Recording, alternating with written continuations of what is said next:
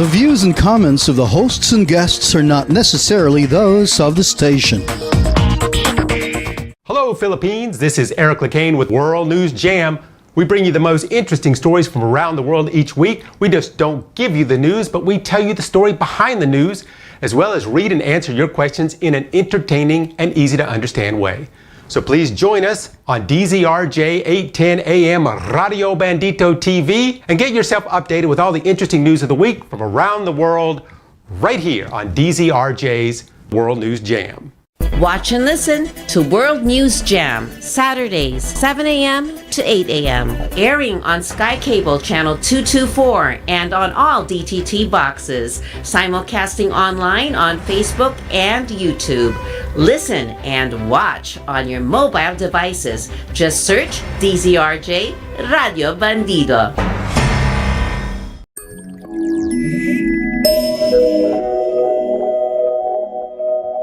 Hello, Philippines, and welcome to the World News Jam here on DZRJ and Radio Bandito TV. My name is LeCain, and I'm joined with 𝗪cie𝗿𝗱. Hello. 𝗪cie by day, she is a psychologist, and then and the rest of the time, she is with me here on DZRJ Radio. And we bring you interesting stories from around the world, not necessarily always from the Philippines, but so when you are at your Christmas parties this year and you're around your friends, you can sound really smart. So because you can quote things that you heard on the World News Jam with Eric and 𝗪cie. So now, 𝗪cie, I wanted to get to the big stories of the week, but there was a story that happened just the other day, just yesterday, I think, day before yesterday in U.S. time, and it happened at 7 a.m. in Midtown Manhattan in New York City, where currently it is freezing outside. It's very cold there. It was right near the New York Hilton. And the CEO of one of the largest healthcare providers in the U.S. was walking toward the hotel for his annual investors meeting. This man, Brian Thompson, and he heads United Healthcare. You know, very well-to-do guy, makes $10 million a year in salary. And he didn't realize it, but there was a man behind him wearing a hoodie, and his face was covered. And he walked up behind him, and the man, who we still don't know who he is, only that he had a handgun with a silencer on it, and he pulled out that handgun and he shot Thompson in the back and the leg. And it wasn't a robbery. The guy didn't try and steal any money or anything. It was a pre-planned assassination. And the way that we know this is because in Midtown Manhattan in New York City, which is where I used to live, there are CCTV cameras everywhere, like nothing. You can't go anywhere in Midtown without somebody seeing you. And they've been looking at that film, and they said this guy, he came about 5 minutes before Thompson got there. He hung out for a while, and then Thompson appeared, and he walked up right behind him and just shot him. And the interesting thing about this is the guy's gun jammed when he was shooting it. And he quickly unjammed it. So the guy obviously knows guns, almost like, he's a military guy. And then he got on a city bike. And a city bike are these bicycles in New York that you put in your credit card and you get the bike out and you can ride it around and you just have to put it back. So he got himself a city bike and casually rode away and disappeared in Central Park like nothing had happened. But the interesting thing about this is that he left behind some clues, 3 shell casings from the bullets he fired that had the words written on them: deny, defend, depose. So I think we're starting to learn that this guy was specifically out to kill Brian Thompson because he is the head of United Healthcare. And United Healthcare, they've been in the news quite a few times. There was a book written about the fact that insurance companies deny claims. And that was called, because supposedly in insurance, they have the 3 Ds: delay, deny, defend. Mm-hmm. And there was this book written about these insurance companies that won't pay claims. And supposedly this guy, Thompson, is known for using this AI algorithm to deny claims. So he doesn't have to pay. And they said that he denied in the last year, 32% of all claims they denied. I think, I'm just assuming maybe it was somebody whose relative, a lot of people in the United States, they don't realize about the United States because we have, in the United States, one of the best healthcare systems in the world. And yet we have one of the worst insurance, ways of insuring people in the world. And people die every day because they hear that word, deny, from the insurance company. And I don't know, don't you think? Do you think this guy, that's what I think, because he wrote it on the bullet. Right. That maybe he had a family member or somebody that was denied health care by maybe this insurance company. Right. I was reading some of what people were saying on, social media, Reddit, things like that. And lots of people were not, in fact, I don't want to say happy that he was shot, but like people were saying, showing their claims for him. Yeah. Yeah. They're saying this was denied, this child was denied a wheelchair, this person was denied that. That's what they were showing. Yeah. I mean, right away when it came out, I mean, at first, this man was just walking along and the guy came out and shot him.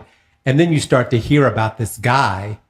And then people are like, there's a lot of people are like, maybe it's not so bad that this guy got shot. Yeah. But this is, it's one of the things that I think scares a lot of people now.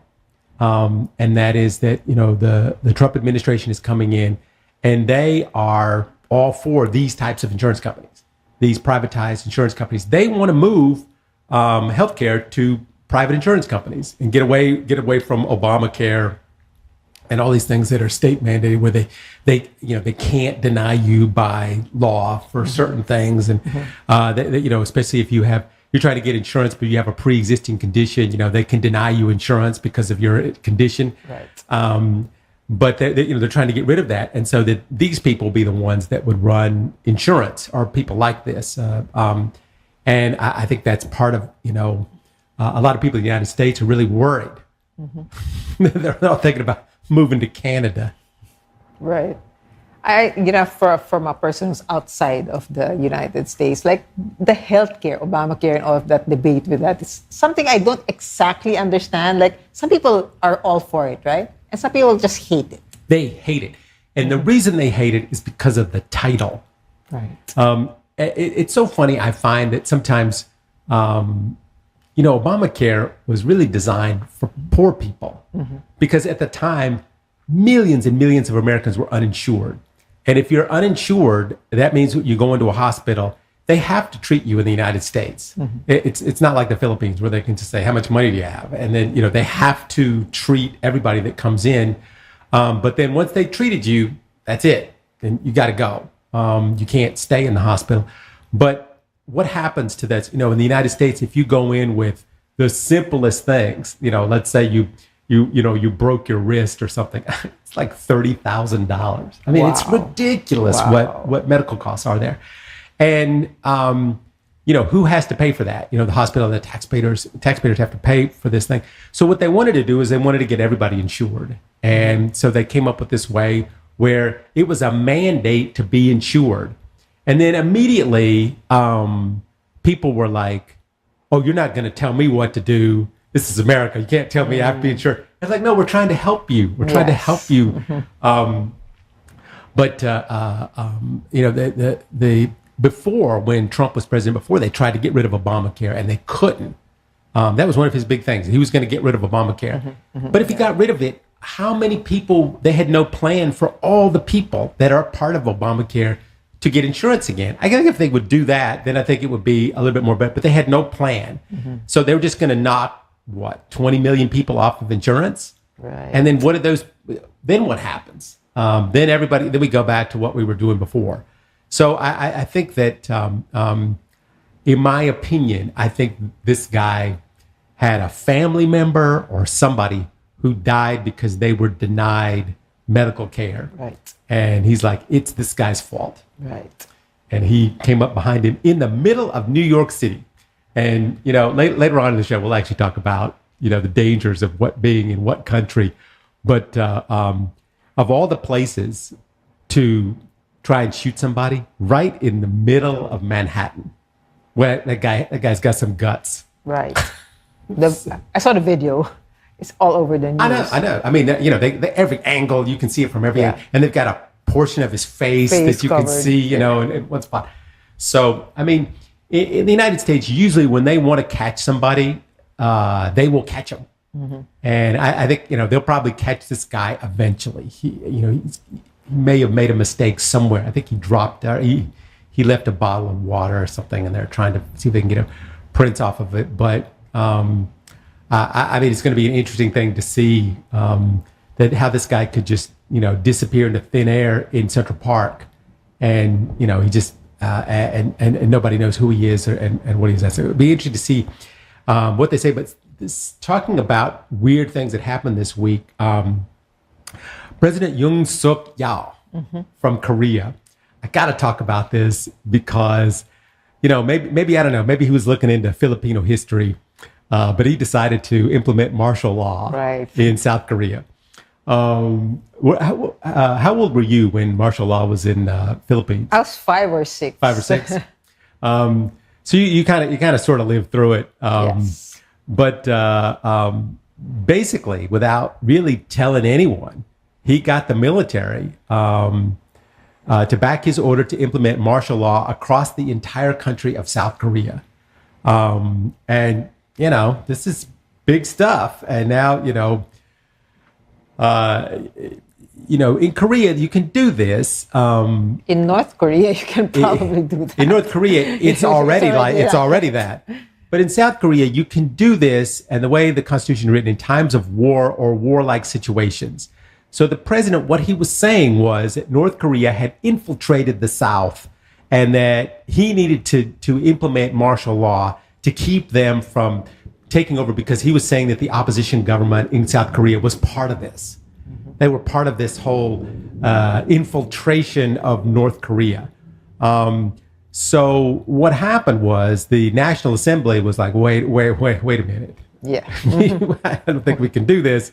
And actually, it's an interesting story that one of the National Assembly members was at home, still in bed, and he saw this come across, his wife saw it come across social media. She says, look at this. There's martial law. He goes, oh, no, that's fake. That's not real. I thought it was fake when I first saw it. That can't be real. And his wife goes, well, it's another thing. And I think so they started looking at the regular media, whatever, and they go, oh, my God, this is real. So he started calling up the other people, the National Assembly, say, hey, you know what? He announced martial law over the entire country. He has the military. He pulled the military in and all this kind of stuff. So his colleagues and him, they said, listen, we got to get in, we got to vote, because they can oust, they can stop this. Right. But they have to get at least a quorum together and they have to vote against it. So they went to the National Assembly building and the military was guarding it and wouldn't let them in because they didn't want them to vote. And so what they did was they went around back and jumped over the wall. And the guy, the National Assembly guy, had his phone out and was filming the whole thing as they jumped over the wall and they ran across and they went in the building and then they wouldn't let the military in. And they had a vote and they voted. Even people on the same party as the president voted against this. It was 190-0. What? So unanimous decision. Wow. And so the president had martial law for about 6 hours. That's all the longer it lasted. It's fascinating. The similarities. If you look through because this is how. I mean, this is the same thing that happened in the United States. We go back to the Philippines, which we talked about a lot here on the show in the 1980s. But even in the United States, in the last election, the presidential election, they were going to do martial law, and they were going to say we have to because there's civil unrest, and there may be a civil war. I know that's good. So it's it's that excuse when your power is wavering. Yes. Is like say, well, there's a huge issue And the only way that we can save ourselves from this issue is martial law. And blanket of... I mean, personally, we are allergic to that term here. Generally, I would think martial law. So, yeah, even the mention of another country like South Korea doing that. Wow. I know. I mean, like, for instance, in the United States, when you say martial law, people don't really understand what it is. Right. We understand it more because we live through it. In the Philippines, it's quite, I talk to people, all over the Philippines, and people keep believing that eventually martial law will come back to the Philippines. I don't know if that's true. I mean, there's a little bit of tension going on in the Philippines right now. But a lot of people, especially people that lived at that time, think, oh yeah, we're probably going to have it again. I mean, we hope not, but you think? I mean, I don't know. I don't want to. Yeah. I'm not sure I want to get into that. That's a whole show right there. But I was just when I saw this come across the thing, the first thing I'm like, really in South Korea. You just don't think of it as South Korea because they're, a very progressive country. Yeah, K-pop, all entertainment. I mean, entertainment. They have one of the, best technologies. Very rich country. Yeah. Why? Usually there's a buildup. There's a buildup. This happened, that happened. There's warring factions. It's all that kind of stuff. But then out of nowhere, martial law. Right. There was no buildup or anything, and so. And this could have gone a whole nother way. Right. If they had not gone down there, they could be under martial law. Because once he had gotten maybe 2 or 3 days under his belt, got the military all set up, he probably would have been able to keep it going. But and I often wonder what North Korea thought about all this. Exactly. Kim Jong-un, he's up there going, "Hey, you know what? This might be a pretty good day for me," because he would love for that to happen. Yeah. Any kind of social unrest in South Korea is good for him, but. Speaking of unrest, the Republicans right now in the United States, they are blowing their tops over somebody who's not even in politics, has never been in politics, will never be in politics, Hunter Biden. Now, Hunter Biden is the son of Joe Biden, the president. And like I said, he's not involved in any kind of politics or anything. He's just the son of the president. But he's not always been the model son, as a lot of us know. He's had a problem with drugs in the past. He was on the board of directors of a Ukrainian company, which how he would get on the board of directors. The only reason a lot of people is that he would bring the influence of his father, and a lot of people that he supposedly worked with. He led them to believe that they could get their agendas done by him influencing his father. And there's always been a lot of that. And at one time, he bought a gun. And when he bought the gun, in the application for having a gun, he did not put down that he had been arrested for drugs. He lied on a gun permit. Now, how many times in the United States a day do people lie on gun permits? I'm not saying it's right, but I'm just saying. Most of the things that he's done are unethical, but, actually illegal, not so many. He lied on gun application, which is illegal. And he didn't pay his taxes on some money he made outside the country. He's known for spending money on escorts and strippers and cars. Like I said, he's not a model citizen. Now, if I were him and I did those things, probably not much would happen. I'd have to pay a fine, and that would be it. However, the Republicans have really gone after Hunter. Congressional appointed special counsels. They have had these inquiries and hearings and so forth about this guy.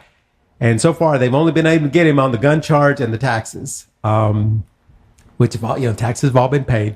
So here again, I'm not trying to back Hunter, but I'm just saying anybody else, lying on a gun permit, it's not that big a thing. So the president had said before that he's staying out of his son's trials, and he did. He stayed out of everything. And, you know, even though, and I have to say, his father had the power to shut all this down. He could have easily told the DOJ, stop this, and they would have had to stop it. However, you know, with the election of Donald Trump, this week, Joe Biden stepped in and pardoned his son. So the Republicans' heads are exploding over this. And, you know, Hunter gets special treatment because he's the son of a president.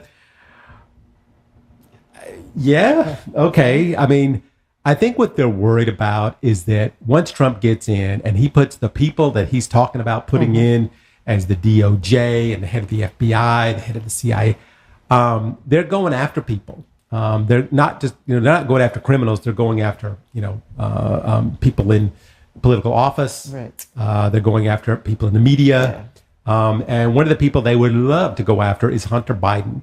And I think the father was like, it's over. I'm going to pardon him, and that's going to be it. And so they made a pardon for the last 11 years.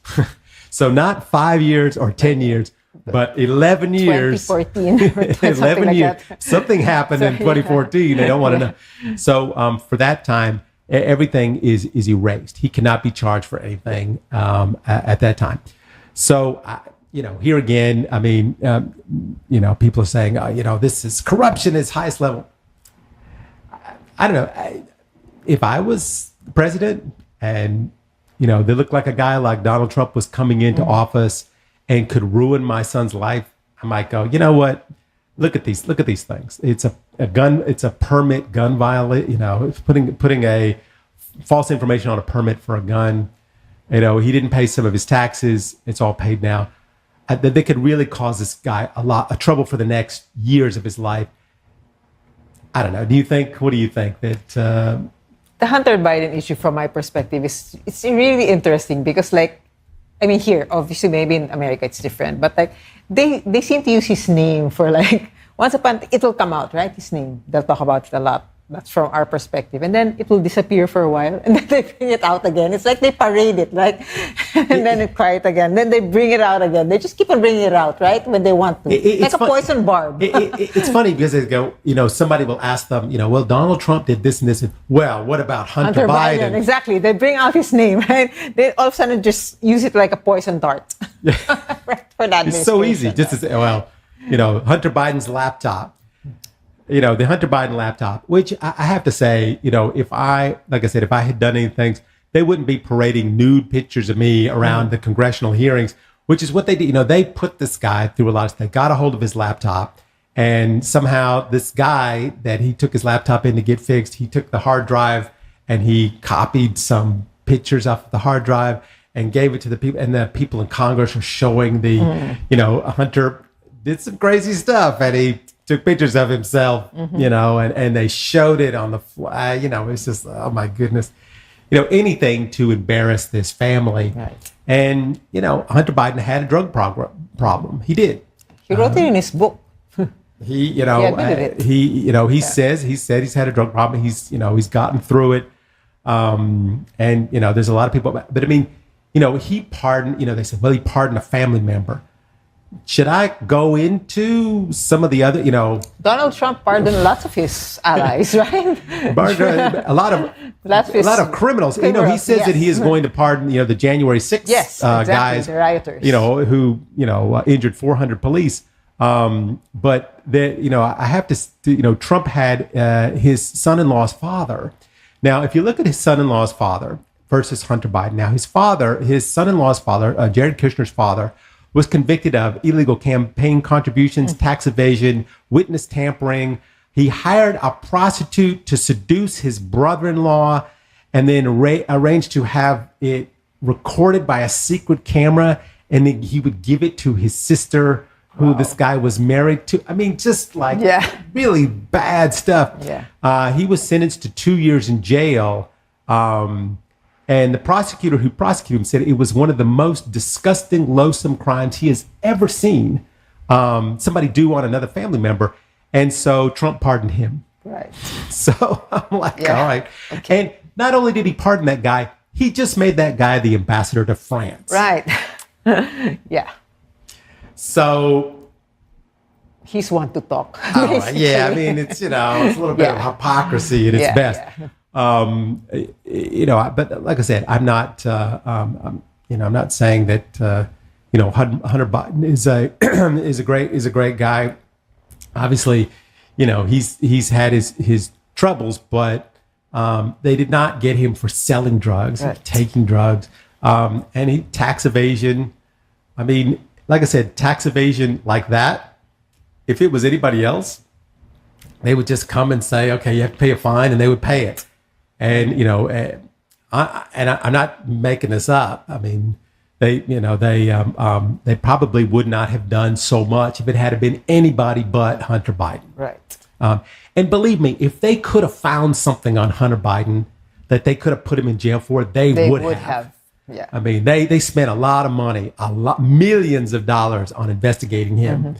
So that's that. But speaking of giving out appointments, I got it really quick because I don't want to go a whole lot on this because I'm sure as the next few weeks progress, we're going to be talking about the Donald Trump appointments a lot. But there's been a lot of things happening this week with those cabinet positions because when presidents come into office, they pick people to be in their cabinets. Yes. Now, in general, if you ask anybody about the people that a president has picked for his cabinets, no one will know who any of those people are. Mm-hmm. We won't be able to name a single person.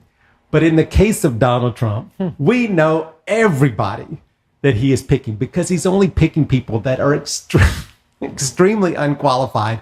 Mostly are people from television, right? That have been spending a lot of time on television. So, the one guy that's been in the news a lot this week is this guy, Pete Hegseth.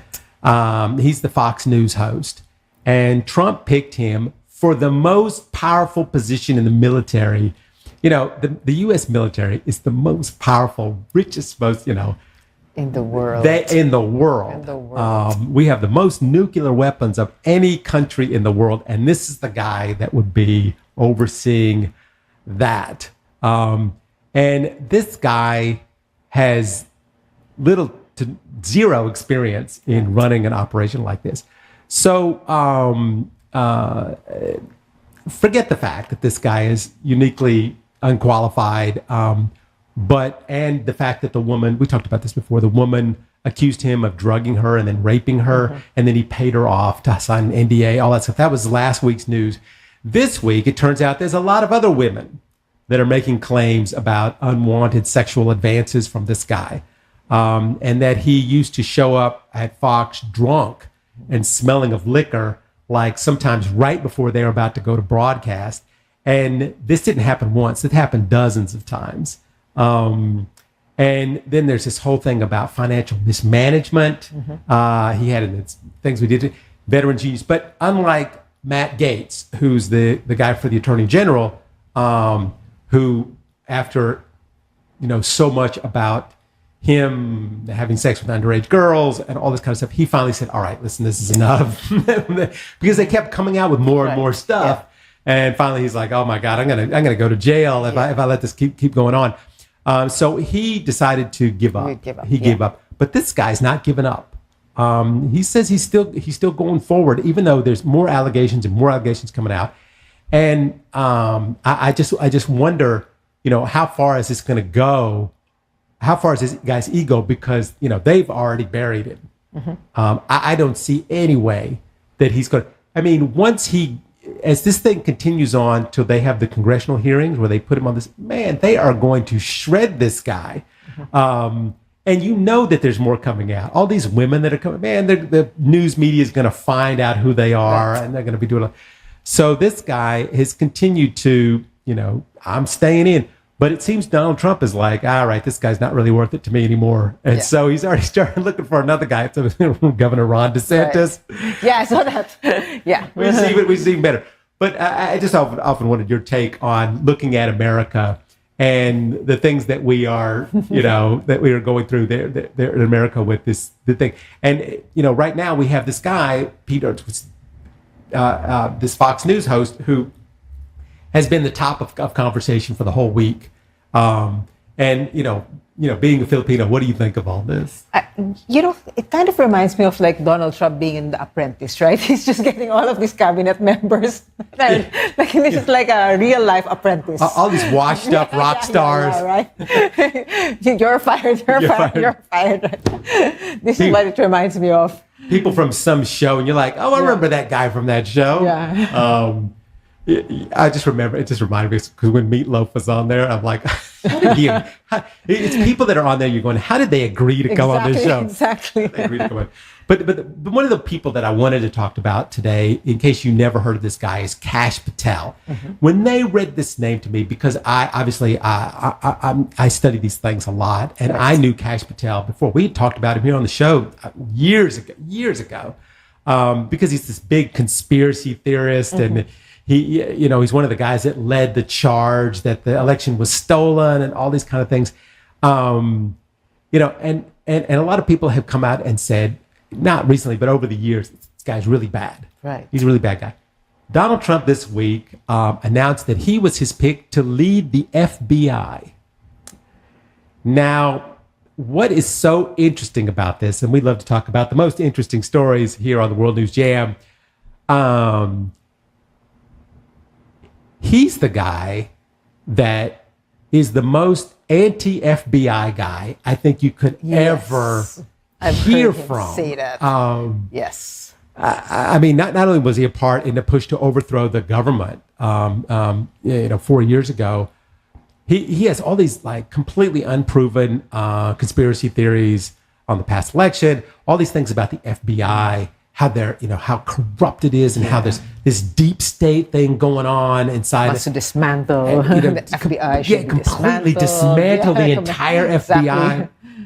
And and Christopher Wray, who's currently the head of the FBI, he's got another couple of years to go because they get a certain tenure of the FBI.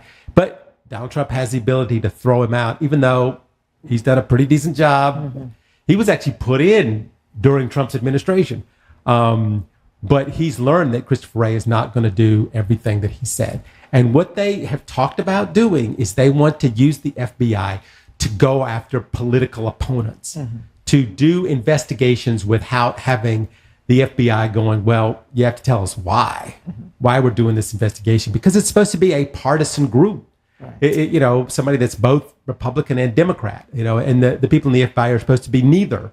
Like they come in and they do their job. And then when they leave the building, they can be one or the other. But when they come in and do their job, but that's not what they want. And 𝗪cie𝗿𝗃 is going to, tear this whole thing apart and only put in people that are completely loyal to Donald Trump. And this is what, people talked about for the election. What is so scary about putting these people in? But I was very surprised when I heard that, because he has said before that he is going to upend the FBI and try and bring down the enemies of Trump. Yeah, wow. And he's going to lead the FBI. He said he's going to shut down the whole building and reopen that building as a museum of the deep state. What does that mean? Laugh. What does that mean? I need to laugh. Whatever that means. But whatever that means. But and then we'll stop. One more and we'll stop. There was another oh my God this week, and this is something that has really even the Republicans don't know what they're going to do about this, is 𝗪cie𝗿𝗋𝗋, who we've talked about here before. She's up for the head of intelligence. And I knew she was unqualified. I mean, they've always talked about that. There's so many things that I learned about her this week. But there was one big thing that happened this week, and that was the UK, who's probably the biggest ally of the United States. They share all their intelligence with them. They go back and forth. It's almost like the same country when it comes to intelligence. The UK announced this week that they may have to think twice about this, about sharing intelligence with the United States, if 𝗪cie𝗿𝗋𝗋 is the head of that. Because, and I'm like, I wonder what their reasoning was. And then I found out kind of what the reasoning was. Back in 2018, there was a Syrian dissident, and I remember when this happened, who testified in front of the House Foreign Affairs Committee. And this guy, his identity is super secret. I mean, he has to walk around with sunglasses and a hoodie on and all this kind of stuff. because he's the guy that witnessed torture and executions, all this kind of stuff that happened under al-Assad, this brutal crackdown on the opposition. This guy smuggled 55,000 photographs and all kinds of evidence out of Syria,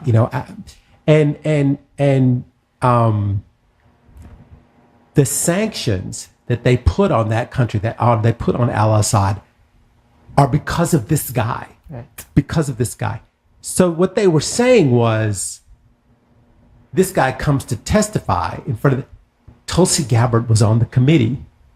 Did they want to let her, be there when he's speaking? Is she going to try and record his voice and take a picture of him? And if they do, he's dead. I mean, they will find him some way, somehow, and they will kill him. And so they were really worried about that, maybe we should put a thing in front of her so she can't see it. And why is this? Because she had gone and met al-Assad on her own accord, by herself. She went to meet, she went up to Putin. She is like a huge Putin fan. Really? So this is all this kind of crazy stuff. There was this time where there were Syrian girls. They brought them in to testify about the bombs being dropped on them by al-Assad. And she's the one that asked the question, don't you think it might have been ISIS that dropped the bombs? ISIS doesn't have jet fighters. Right. Yeah. Only the Syrian army does. Yeah. So this is why right now everybody's worried about this woman, because she could be the head of intelligence. Wow. So, there was something, on this past Thursday, 100 former U.S. diplomats and intelligence and national security officials called for the Senate to hold closed-door briefings on her because of her sympathy for dictators like Vladimir Putin and Bashar al-Assad. And this included the Deputy Secretary of State, the NATO Deputy Secretary General, and the former U.S. National Security Advisor all came out, wrote this letter, and said, do not let this woman be the head of U.S. intelligence. Right. And they're literally just begging them to use their better judgment and not let this woman do this. So wow. It's like I was watching these Netflix shows, right? All of these crazy conspiracy shows. It's like happening in real life. It's happening in real life. Right. I'm just surprised.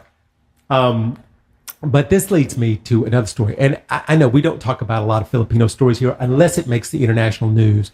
And I really wanted to talk about this story because, like in the very first story, violence in the middle of Manhattan. Right. It just seems absurd. And people are always asking me, do you feel safe in the Philippines, Eric? Are you worried about? I'm like, the Philippines, I have to say, in my experience, one of the most peaceful places. I've never really felt like my life was in danger here. And then these stories come out. And there was a story that came out this week about this guy that Elliot Eastman was his name, an American blogger. And, this is why people always say, do you feel safe? I have to say, just really quick, in the Philippines, if I walk through the Bronx in New York at 1 a.m., the chances something happened to me are probably like 100%. Right. If I go down to, what is it called? Bacillion. Yeah. And I walked out to the beach and I'm wearing, my fanny pack and my funny hat, the chances something happened to me are pretty good. Okay, I understand it. In any country you go to, there's going to be a spot where there's a place that you shouldn't go. So this is where this guy went. He had a girlfriend. He married her, and turns out she was going to graduate, or he came down to graduate, and they lived, in Zamboanga del Norte, up in the mountains, 𝗪cie𝗿𝗀𝗱. A very small, Way up in the mountains. inside, yeah. And that was part of his thing. I mean, that's his thing. He blogs about it, shows what his life is like living up there. But some people saw him. Yeah. Saw him living up there and like, hey, you know what? It's a good target. And so they grabbed him one time, tried to put him in a boat. Now, he fought back. And they shot him. And on the way in the boat, supposedly he died. And they just threw him over the side of the boat. And that was the end of it. Now, the reason we know all this is because supposedly there was a witness. A witness, one of the family members or something, and they had known that this happened. And then they caught one of the guys. And one of the guys said, yeah, you know what, he died on the way. And so they just threw him in the water. But they did realize that this was not a religious group. This was not terrorists. Wasn't Abu Sayyaf. It's just a couple of guys that want to make some money. Right. And so they kidnapped this guy. But as I have said before, in any country you're in, there's going to be some place that's dangerous. Right. And for a young white man like this, I think that was probably not the best idea to be staying there and showing everybody that you live there. And I think, I hear about these, I go back to, the other Americans that were killed, the German guy that was beheaded. I mean, he's driving his boat down there off the coast of 𝗪𝗪𝗱. Of course, they're going to see him. And, if you're going to take those kinds of risks, there's a good chance something might happen to you. Right. Yeah, I mean, even for if I appeared, for instance, there, I mean, like, they would know I'm not from there, right? They probably would know this person is from Manila or something. But I would also be kind of hesitant to go there. But, like, especially for... you can be the poorest Westerner. But if you have that colonial mentality where if you go to the poorest places in the Philippines, they'll say, they'll see dollar signs, right? Yeah. And they'll think, oh, this is a Westerner who is probably richer than us, so we'll kidnap him and earn some money, right? I mean, supposedly these guys that kidnapped him have done it before. Yeah. But, a lot of people believe, Americans, they're all so rich. You know how many people are rich in the United States? Exactly. 5%, right, less than 5%. Exactly. Everybody else is poor. And most of the guys that come here, they come here to save money. Yes, because it's a lower quality, they think it's cheaper to come here. So in general, I would say don't kidnap Americans. Yeah. We're really not that rich. But I think that, and I feel really bad for the guy. Because he was young. Yeah. I used to watch his vlogs. I mean, like, even when he first started, he was just courting the girl. Yeah. He was trying to do something good, I think, in his life, something good for the country. He didn't care about money. He'd mind living up in a house in the middle of nowhere, working with the different people. The problem was that he did enough stuff that enough people saw him. Right. And I guess they assumed, like I said, they'll make something. They'll get something off of it. But unfortunately, in order to get something, you got to keep him alive. And they weren't able to do that. Right. And he fought, they shot him. And then when they realized that he wasn't going to survive. Now, it would be great if all of a sudden he turned up alive. But it's not looking good. Right. Now, in a kind of somewhat related story, this week, 13 women from the Philippines have been convicted of human trafficking charges in Cambodia for being surrogates. For foreigners, for babies, basically selling babies. And each woman was sentenced to 4 years to prison after being found guilty of selling, buying, or exchanging a person for a cross-border transfer. In other words, selling babies to foreigners. According to the verdict, 2 of the 4 years in prison, they have already suspended them because I know that they realize that, here's what I think too, that these women were just the low end of the stick. They haven't found the guy, the ringleader yet. They haven't found the ringleader yet. But supposedly this whole thing comes out of Thailand somehow. There's some kind of connection to Thailand. But the women are being held at the police hospital outside Phnom Penh. And the authorities have said, they're waiting until they give birth, and then they have to serve their prison time. I don't know what happens to the babies. Right, exactly. But they say, this is, they do this out of Cambodia because people love to come there because it's so much cheaper. Right. To do this kind of thing, to do a surrogate in the United States, it's like $150,000. Yeah. It's so expensive. Yeah. But out of a place like Cambodia, you can go in and buy a baby for very, very cheap. And you know that those women are not getting that much money. Of course, yeah. And so I know they got prison sentences, but I kind of feel bad for them. Yeah. I kind of feel bad for them. They're just the vessel or whatever. The vessel. Called, there were 20 Filipinos and 4 Vietnamese. Yeah. Supposedly the authorities, it was recruited. Yeah, the women, the people that recruited them were based out of Thailand. Right. And they're the ones that did help with their food and accommodations, get them there, and they got them to Cambodia and organized them and everything, and then got them pregnant, and then they're supposed to sell the babies, and then the Cambodian government came in and caught them. Right. So, why is that? Because like in Thailand, I know that's legal. I mean, like they have medical tourism and their surrogacy is allowed in Thailand. Yeah, I mean, why are they doing that in Cambodia? I think that you can do it, but you have to, if you're going to use a citizen to have a baby, you have to go certain policies and certain procedures and so forth.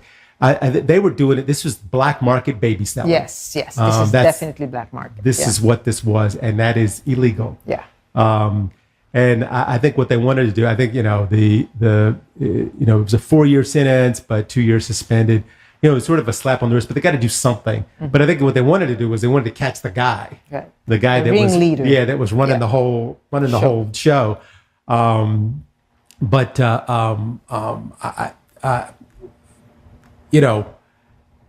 this leads me to another story that happened this week, out of Colombia. Because you're thinking of these young girls, and obviously poverty is the number one reason that they do this. I mean, why? It's easy to have a baby, and if you can get $20,000, or I'm sure they don't get that, but if you're getting $500,000 or 500,000 pesos out of it, it's a lot for a lot of people. But now they're in Colombia. Now they have decided, because around the world. 117 countries still allow children to marry to adults. Colombia is one of those places where up until now, if you're 14, you can get married to anyone. And they decided this week that they're going to change it to 18. Right. And excellent. The reason I bring this up, Philippines just did this a couple of years ago. That there are so many places in the world now where they still allow this. And what they did in Colombia is they had this law that they presented back in 2023. And the slogan on the law was, "They're girls, not wives."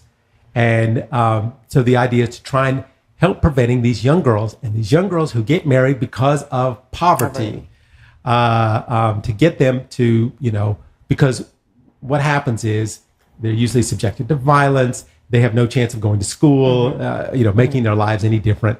And so, what they said was, the Congresswoman, minors are not sexual objects, they're girls. And that, child marriage, even though this is the woman from the UN was talking about this, that they said that right now it's 12 million girls per year. Wow. Are being married under the age of 18. Wow.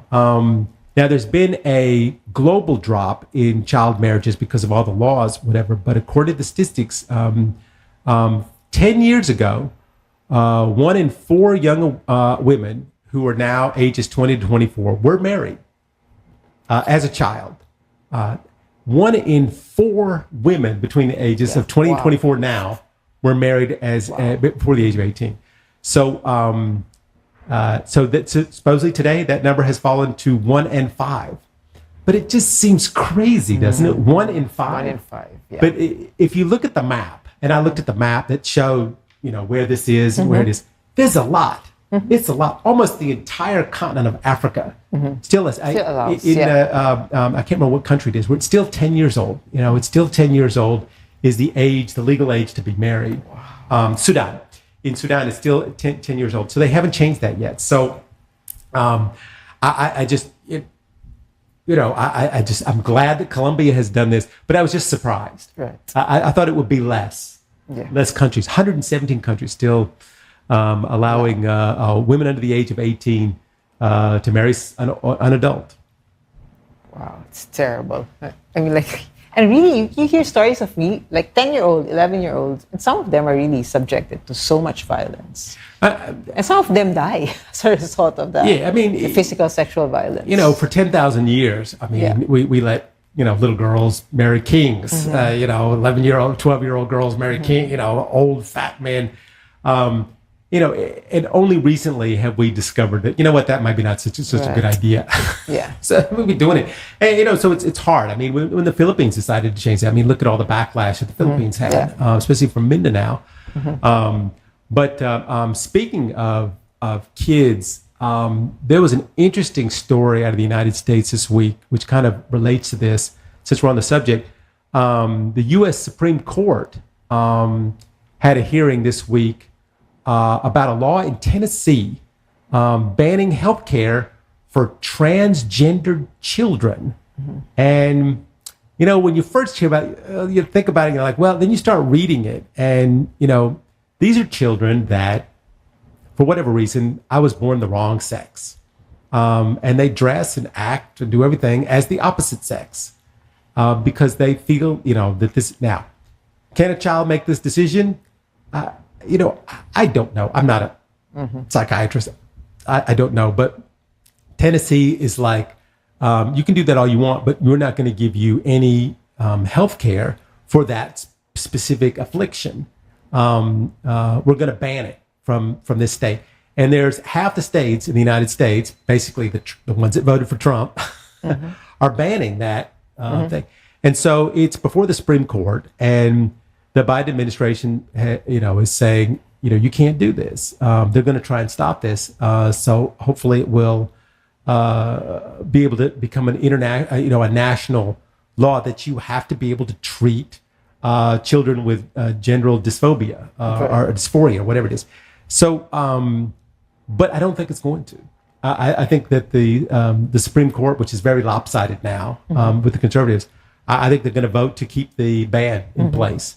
And this is, it's interesting because a lot of people, believe that, oh, well, they should do this, that children shouldn't be able to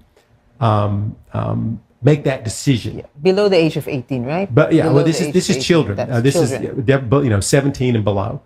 And, I in looking into this, I watched a lot of videos, and they had interviews with a lot of kids. And a lot of the kids they interview are pretty smart. Right. And they're like, I knew this from a certain age, that this is what I am. And so, why would you stop me from doing this?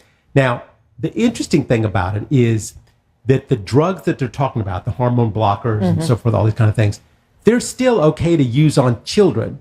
You can still use them on children if it's a medical reason to use them other than this. So if the child, reaches puberty too soon, which happens sometimes, I think they reach, at age 8, a girl has her period or something, and they need to slow it down. They can use these hormones to slow it down. But if she wants to change her gender, they cannot. So you can still use it, but just not for that. For that, yeah. Wow, I tell you. I was looking at this, it was in X. Charlize Theron, right? And her 3 boys, 3 adopted children, or she adopted a male, and then they're now all. She didn't say that. She said they were transgender, like the 3 boys. They're dressing in dresses and everything. So I was like, and I was reading somebody who was a statistician was saying that that's not statistically possible. I know that. Right. That's hard to swallow. Right. Yeah. If it was one of them, I could see, because. According to statistics, like in the United States, transgender people are 1.3 million. Right. Yeah. What is that?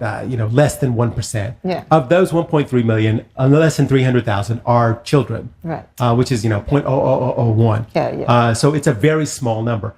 which is why the Biden administration says it's not fair if the states decide, because if the states decide, of course, they're then the super minority. Right. It was like back before when they had, Justice Brown brought this up, when they had a black man wanted to marry a white woman. It was illegal. Yeah. And they said, well, if the states can decide. Well, of course, the states are going to decide to make it illegal because, so few at the time, so many interracial couples, everybody was scared to do that. So there were so few of them. Even now, there's very few of black white people marrying. But they had to make a national law for them because otherwise the states, of course, would always want to ban that. So that's why they're doing this, because it's such a small number. And, I got a hard time with this too. I don't know exactly what to say. But supposedly it's a very big deal. Like the kids that believe that they should be a different gender, they wanted to commit suicide. They have these, bouts of depression. They have all these problems, and so why is it that we can't just let them be? And I don't know the answer. Even the conservatives on this go, well, maybe some of them are doing it because they want to play girls' sports. Make my head hurt. But as especially in what you do, which is a psychologist, I mean, I can imagine if I believe that I should be a girl, not somebody that I think I should be a girl. I want to be gay, but somebody that really has gone through all the stuff and the psychological, where they've taken them to specialists and so forth, and they found out that this is true with them. I don't know. I got a hard time. I don't know what the correct answer is on this. Right. It's one of those debates that are hard to you might have a professional opinion, then you have a personal opinion, right? I mean, it's hard to understand sometimes. I mean, I don't also pretend to know the answer to that, right? I know. But we are not going to be able to figure this out on this show today because we are out of time. But what a great show today. I love the subjects that we talked about today. But we are out of time. So for me, Eric LeCain and 𝗪cie𝗿𝗱𝗱 on the World News Jam here on DCRJ and Radio Bandito TV, we thank you everyone for joining us today. We'll be back again next week, so please join us again for more interesting stories going on around the world here on the World News Jam. And until then, everybody be safe out there. We'll see you then. The views and comments of the hosts and guests are not necessarily those of the station.